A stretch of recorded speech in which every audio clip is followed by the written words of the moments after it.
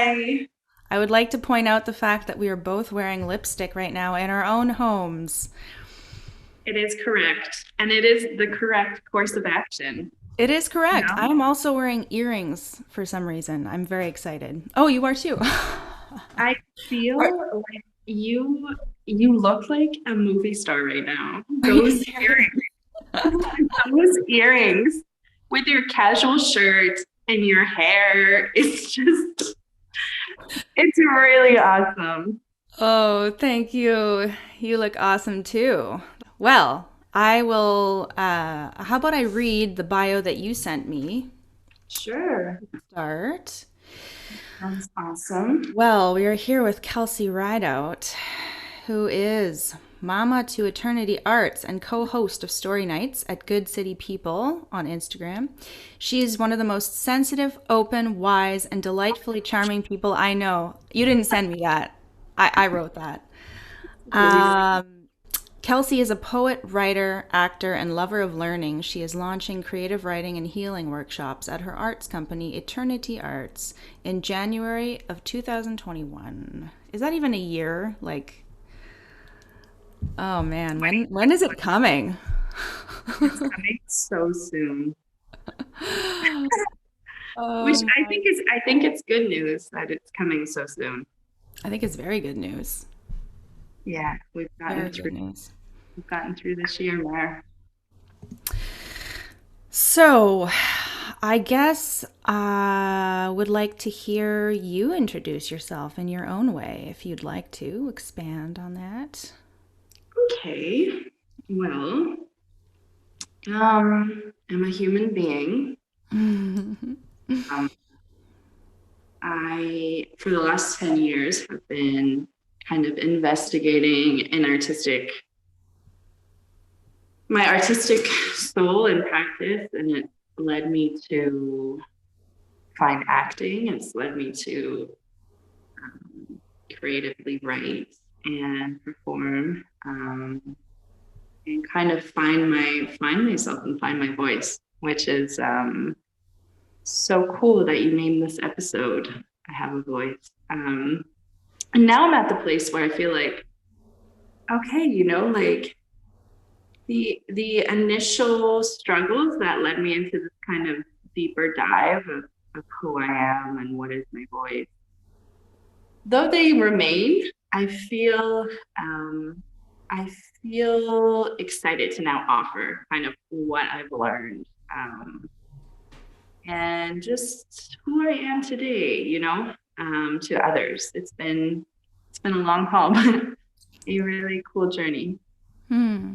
When I met you, I knew you as a poet and writer. And then, I got to know you better and got to learn about the acting classes and then, See all my flaws and my late arrivals, my anxieties and habits. Yeah. no comment on the late arrivals. 2021, I'm a changed woman. It's coming. Oh, yeah. Well, yeah. We always think we're gonna keep New Year's resolutions. I always make one. Me too. Oh What a man. weird thing that is. Yeah.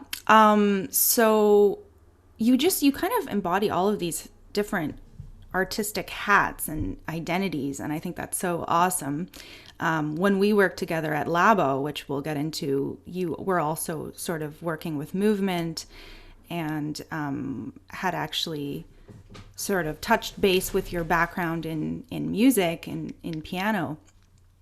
So I was thinking about it this morning. I was like, I wonder, does she identify more with any one of these sort of artistic disciplines, or do you feel like you're just kind of flowing between them? Yeah, that's a cool question. Sorry to put you on the spot. We definitely didn't plan to talk about that, but I was No, thinking no, no. I drinking think it's a coffee. great question. I think it's a great question because, in your body and in your life, you just do what you're doing and it's really nice to just have this opportunity to stop and step back and reflect. But I think they're all conjoined. Like, I've definitely focused on acting training in the last couple of years. That's just been kind of more of what I'm doing.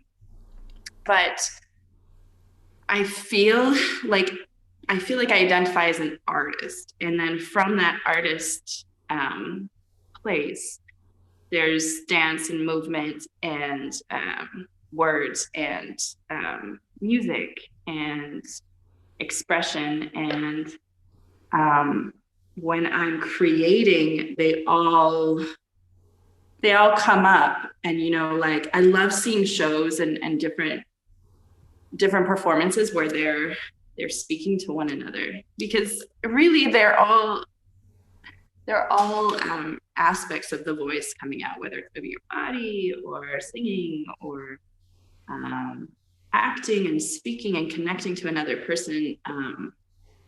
They're all connected to that artist core. So it's hard to see them as separate. I see them as sort of in conversation constantly. Which goes back to the theme of voice. I should say, like, it can be, like, for my mind, it can be tricky sometimes, because I'm like, wait, should I be doing this, or should I be doing that, or should I focus on this, or should I focus on that? But I think I'm happiest when they're communicating and I'm creating something where there's room for different expressional forms to come out. Mm-hmm. Well, I think that's one of the things that sort of bonded us at first, is this kind of interest in this openness to interdisciplinary collaboration, and this sort of like flexibility to just be vulnerable in the creative space and do things that we weren't necessarily used to doing. The first time I saw you / met you was at the Origin, when we were both performing alongside Nazra, which, if you're listening, I'm fangirling hard. They're an amazing artist.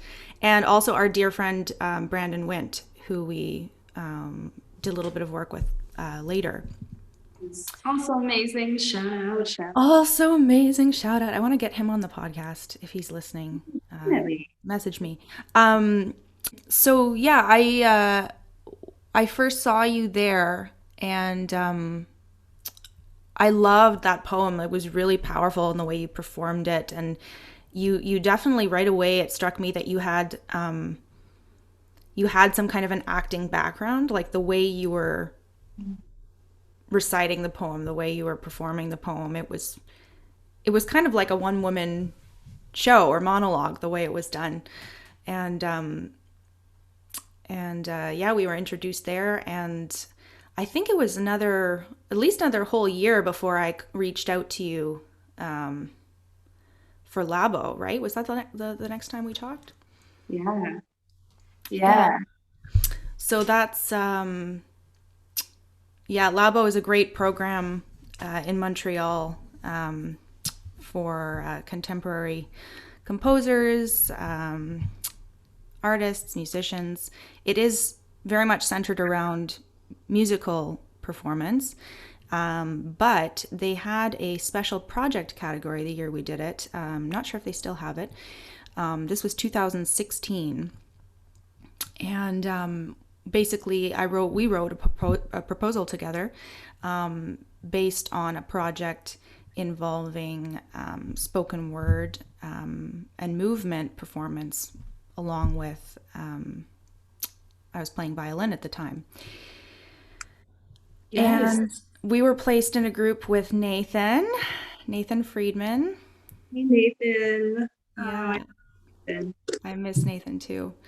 What was your experience like being sort of, I think you were the only sort of classically trained musician in the bunch, if I recall. Yeah. What was that like, going into that sort of head first? Okay, well, I was definitely thrilled initially to have the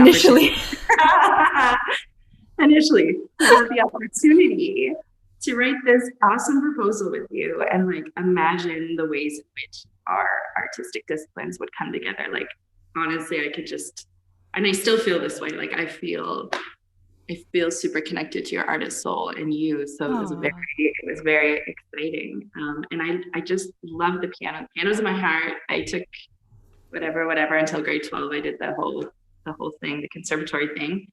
Until, I mean, grade 12 in high school. I think I got to grade 10 or something. But I just always felt with piano that I just loved like going off script and just making sounds and kind of not following.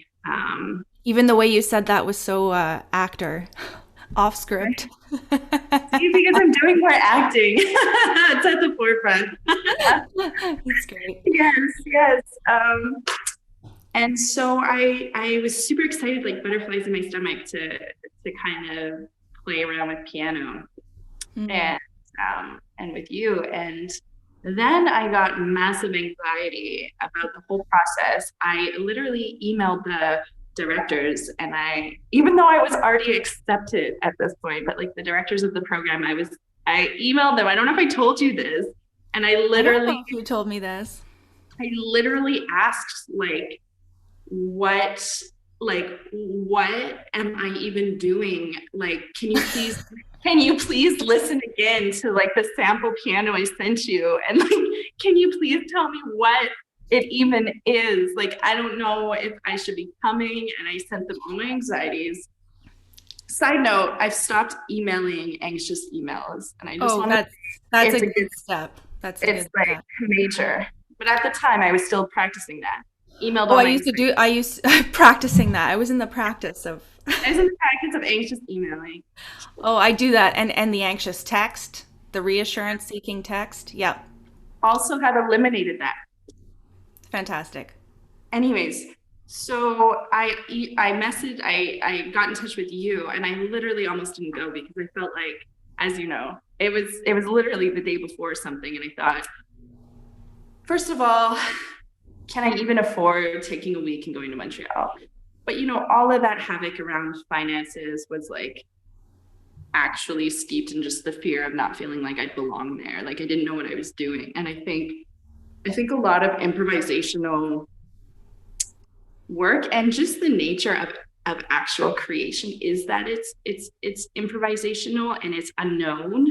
And a lot of the work I feel internally is accepting that, you know, Mm, that it is what it is. It is what comes out. It doesn't have to be identified as something, and it's okay. mm. And it can be amazing as it is, whatever it is. But it's kind of tough on the anxiety brain, you know? It is.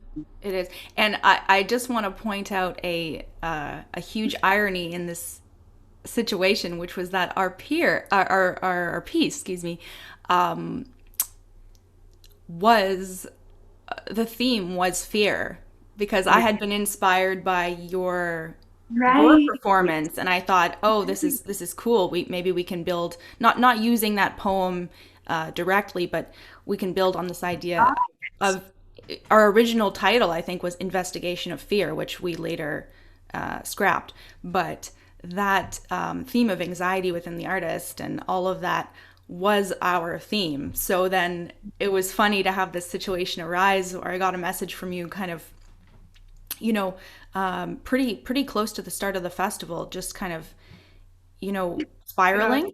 And exactly, spiraling. and the finances were a factor, and I totally hear that. We could talk for days about Yeah. the expectation of, you know, um, yeah, taking time off work and all of that in pursuit of training. However, I remember at the time so that kind of caused me to freak out, and I was like, okay, like we're supposed to be going in a week or however long it was. And my boyfriend at the time, Daniel Ramjatan, he just said, just call her. Just call her and talk to her. And I remember because I was spiraling and he's like, just call her. And that was the best advice I could have gotten because I was like, okay, I'm just gonna call. I'm gonna see. Let's talk. Woman to woman, and let's just figure this out. And so I remember I was on break. I think I worked for Chamber. I was working for Chamberfest at the time, Yeah. And I was on break, and I called you and I just said, hey, like, what's going on? Is there anything I can do to help you out, to relieve some of this stress? And frankly, I don't remember exactly what we talked about, but the outcome was somehow that you were like, you know what, this is fear based and let's do this. Yeah. That's so cool that you bring that up because, you know, it's incredible with simply connecting, even though when you're going through those spirals, the last thing you want to do is connect. But when you do, like it can have a dramatic impact.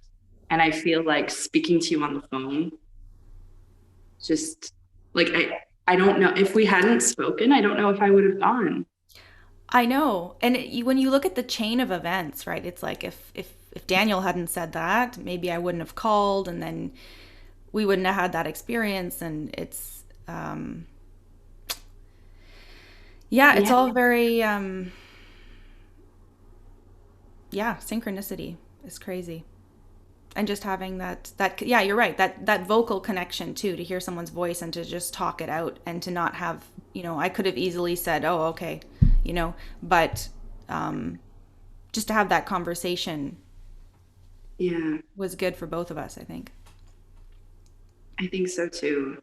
And it's reminding me of of its important because its importance to interrupt the spiral. Yeah. Yeah. Because these themes of like belonging and anxiety are just so much for me a part of art. And they show up in so many ways. And so because I was feeling like I wasn't going to belong in this group, it's like such a primal fear. Like I don't belong in this group. I don't belong in this group. What am I doing? Um, like our friendship, our connection just helped me. No, step into it. Step into something. You stepping into something unknown doesn't mean you don't belong. But I think the brain confuses that. Oh, absolutely. And it's self-preservation too, right? You're like, I want to go into a scenario where I feel familiar. Yeah. This makes sense. And I mean, I empathize because I can't imagine. I think I was telling you the other day when we did our sound check, like I was telling you, I can't imagine going into a scenario where everyone was a trained actor, and I'm coming in as a musician, like, just flipping the script in a way. Yeah. Um, It felt like I stepped into like a really like sort of a mix of a quirky, highly intellectual, intensely philosophical sort of art art art culture. And one that I haven't been in before, you yeah, know. and it's just occurring to me now. I mean that program's wonderful. If anyone is listening, It's so amazing. go do Labo. It's the Contemporary Music Lab of Montreal. Look them up. They have an Instagram. They have a Facebook. They have a website. The composers there are awesome. The musicians there we met were awesome. But it's funny because I think it is a program that pushes even us as musicians way Yeah. outside our comfort zone, and we're put in. I think they use this analogy of a sandbox. This program's like a sandbox, and you're playing and you're making things, and then your castle might fall down, and you make another one. And it's all about, if you've ever had an idea that you have no venue or avenue to pursue, you can try it here. Here is the place to try it. So that was really liberating and awesome, but you're in this scenario where you're not entirely comfortable. I was not entirely comfortable. We played Cobra, the improv game. We did a lot of musical improv, and as well a lot of sort of vulnerable sharing and Mhm. collaborating of art, and they're all with people you don't know previously, right? Yeah. So for us, it was very much that kind of experience. So I can't imagine for you also not having that Mhm. musical um, context background. It was so beautiful though. Like Yeah. it was so, even if I wasn't understanding theoretical parts of what was happening, the language, what I so connected to that people were using, the metaphors that were just implicit when people were talking, and like my being just thrives in that kind of creative environment, where you're creating it from scratch with each other, and you're starting to just speak this creative language together and aligning. And so it like really fed my creative spirit. And in that way I felt so connected to it all. So that was just so cool. And then we created this piece that like it had movement in it, the three of us. It had movement, it had words, it had theater, like suddenly the instruments and the musicians to me were also actors, because just the image of us told a story.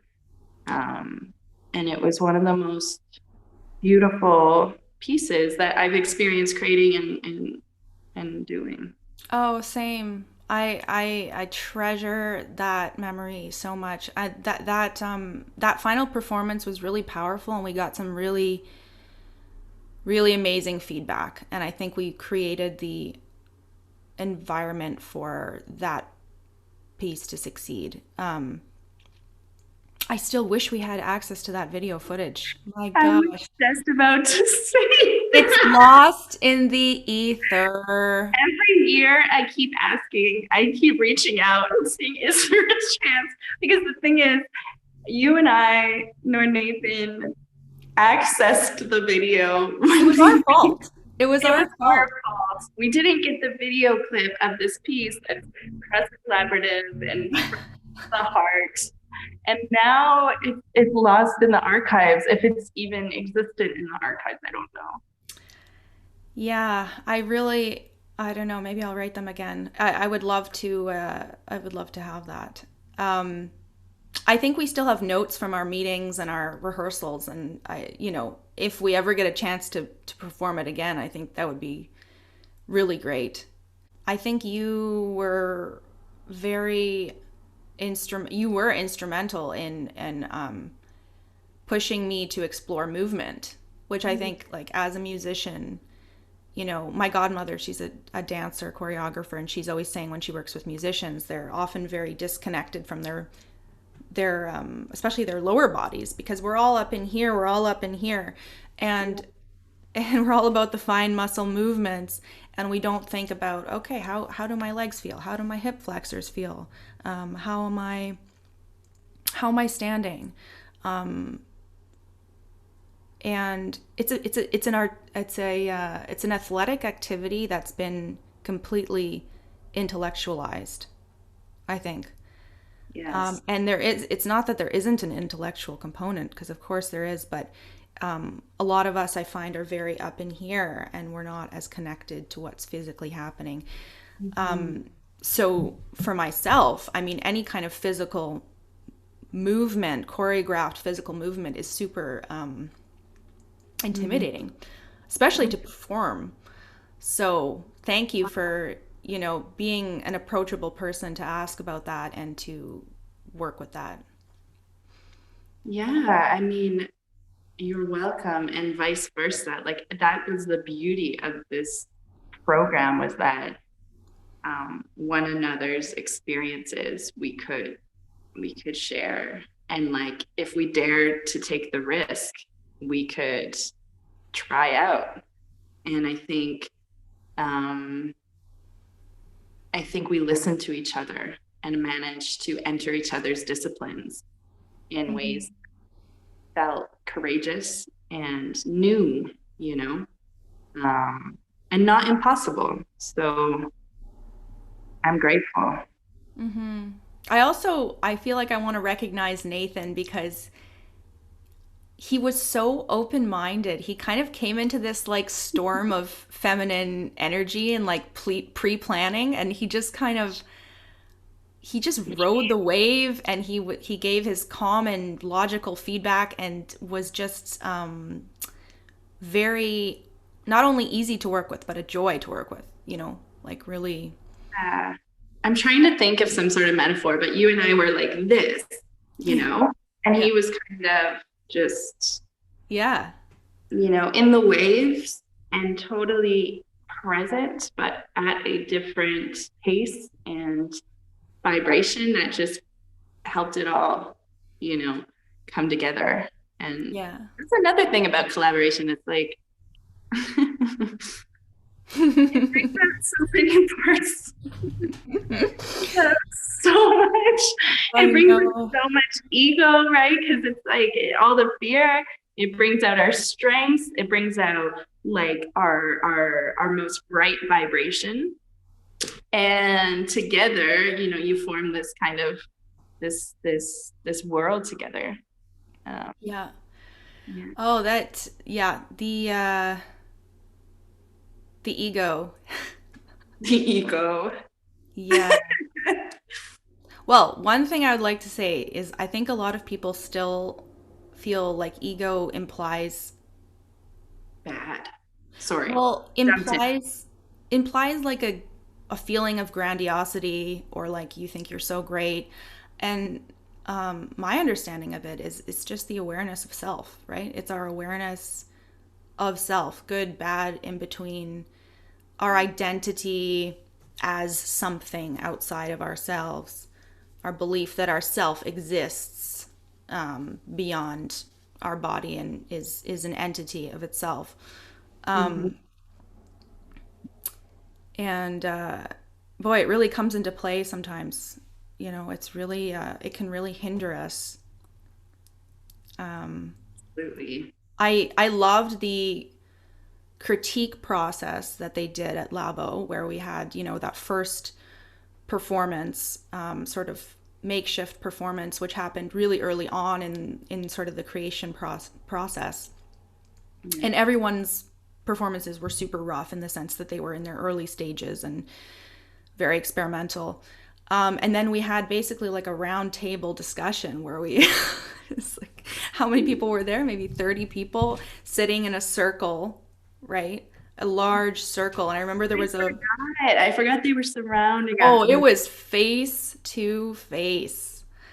And there was a full moon that night. I remember it was just like hanging in the sky over Montreal, like outside these gorgeous windows there in the outside the Concordia building. Yeah. And that was I remember that being quite intense. I it was we went around and people gave their critiques of everyone's performance, and it was honest, wasn't it? It was. It was. It was definitely honest and definitely hard on the ego. This awareness of self. It is always hard on the ego, I find, to present work in process. It's so challenging to do that, yet it's so vital to the artistic process. To get that feedback in that stage is everything. And yet the impulse within is often, oh my gosh, I can't show that. It's not done. It's not done. It's not done. But to respect the art of that process, which really, I think, is what that roundtable feedback did. It respected the art in its process. Um, and it really asks of us to suspend judgment and just observe what it is and what it's trying to say. But we definitely had some feedback that kind of, came from a place of not quite understanding what it is we were trying to do, perhaps. Yeah.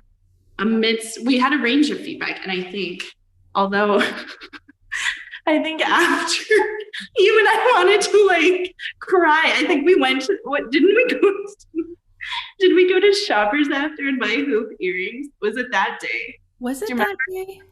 So remember? there I was don't there was one day. There was one day, and I mean, I don't know why we were so stressed. We're just balls of stress, I think. We are. We are. It's part of our makeup.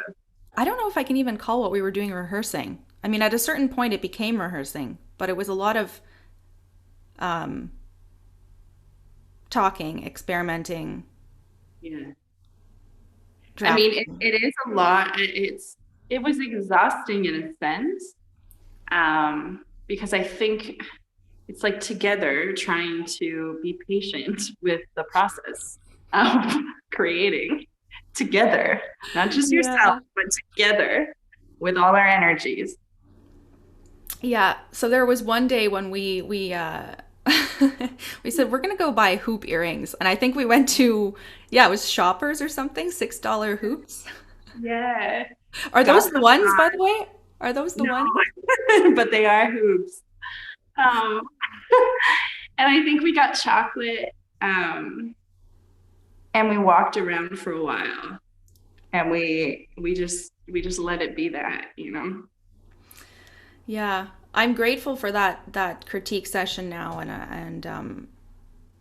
you know, you become acutely aware when someone gives you feedback, especially feedback that you might not agree with or identify with, or that might hurt in some way. You you really, that's when you really feel that ego Yeah, being broken down and just dismantled and yeah. questioned. And like you have to, a part of you has to die and let go of that clinging to that ideal that you had before, or that idea you have of your work. It's kind of a beautiful thing too, like after the like pick hits the ice and it all breaks and shatters and falls apart to the ground Not to into be dramatic about it or a anything. puddle that you then step in. Like after that happens, um, the part where you start to shift and go, okay, maybe what that person said, maybe that was valuable. And maybe let me like look at that point without all the clinging, and let me then see if I can integrate that into the Mm. process. I mean, that is the shift, I think, that really allows for work to continue. Hmm. Yeah. Because even if it hurt, even if the tone of what was said, because also I'm making sounds, I'm like screaming in one of the pieces. I'm we're using movements. It's rough. Like I am not someone who these people are used to seeing or hearing from. And, you know, some of the faces and the looks on people was like one of horror. And I love how I, you said that. I think, I think it's like, okay, getting through that, buying your hoop earrings, doing what you need to do, and then separating like whatever judgment was in the room, distilling the truth of whatever was said, being able Right. to, So yeah, important. So important. yeah. Yeah. Distilling. Distilling. Yeah. Yeah. Because often, you know, there's gems within a vehicle of not a gem. Exactly. Exactly. And like everyone's egos are getting like in the creative process, and especially when it's this experimental creative process with different kinds of artists that you've never worked with in all of your life. Um it can be like a highly judgmental field, but it can also just be a highly creative, um, beautiful field too, you know. So it's navigating those fields, man. Yeah. I just occurred to me, like, how did you, so you've done other types of interdisciplinary collaboration. Um, Maybe? Let me think. I feel like I have. I feel like I have. Yes, I have. Yeah. Okay. So, how did classical musicians, how did they fare in terms of how did they compare? How did they compare to your experiences um, with other art forms, other stewards of other art forms? Um, were they what you expected in terms of how it would have been like to work with them? Obviously, not every classical musician is the same, but in your from your experience doing that program, was what was that like? Yeah, I think there is a rigor and a analytical aspect to classical work, almost a mathematical scientific brain that is present, that I don't think I felt to the degree with working with other artists. Like I feel like that component of the brain is there in different disciplines, but I think it's highly activated in like the training that classical music musicians have done. And so it was this attention to detail and um, this perfection Hmm. that, on the one hand, felt vital um, for the work that was being created, to integrate the classical music that was being created. And on the other hand, sometimes felt prohibitive. Is that, Mm. yeah. Yes, totally. Um, so it's kind of, again, like similar to what we were saying before, like trying to see the gift in that, and also being myself, and putting up my hand or whatever and saying, um, this is how I see this, because I was in another group too. And I think when I was able to place my ideas in certain kinds of structures and processes, um, I was able to generate a conversation more. Because what I ended up doing was taking the conversations we were having in the creative process and recording them, and then using those words in the work. And that's called like verbatim theater, where you take real conversations and you integrate that exact conversation into the work in a certain way.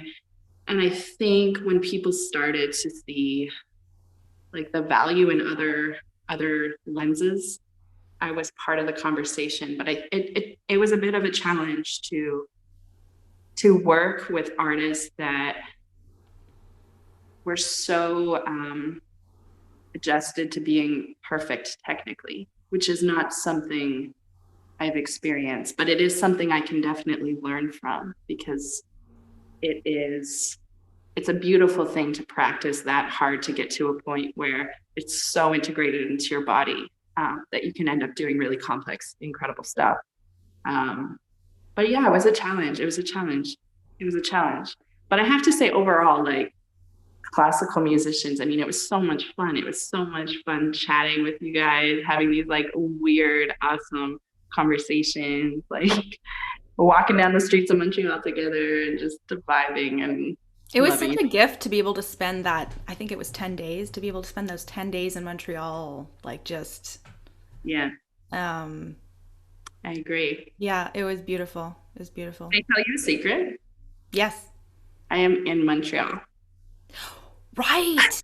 I Right. So you're didn't still there. leave, and I just trusted that this would all work out, that the connection, the Oh, video connection okay. would work. Good. Well, I'm glad that it did. But I'm here, so it's like funny that we are talking about our Montreal experience. And Yeah, very on point. yeah, Yeah.